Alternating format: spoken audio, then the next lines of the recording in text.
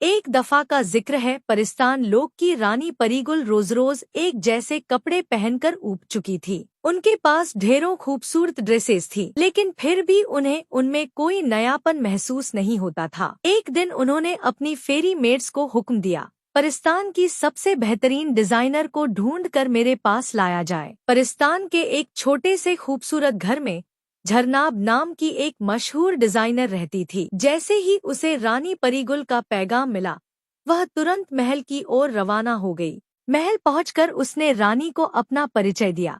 रानी परीगुल ने कहा, अगर तुम कुछ ऐसा यूनिक बना सको जो न पहले कभी किसी ने देखा हो और न ही पहना हो, तो मैं तुम्हें अपनी शाही डिजाइनर बना दूंगी। यह सुनते ही झरनाब एक अंधेरे जंगल की ओर चल पड़ी और एक जादुई पोर्टल के जरिए इंसानी दुनिया में पहुंच गई। वहां वह अपनी डिजाइनर दोस्त नेलोफर से मिलने गई। झरनाब खिड़की के रास्ते नेलोफर के कमरे में दाखिल हुई और वहां रखी खूबसूरत ड्रेसेस देखकर दंग रह गई। कुछ ही देर में नेलोफर कमरे में आई और इतने अरसे बाद झरनाब को देखकर हैरान रह गई। तब झरनाब ने उसे अपने आने का असली मकसद बताया और उसकी मदद मांगी।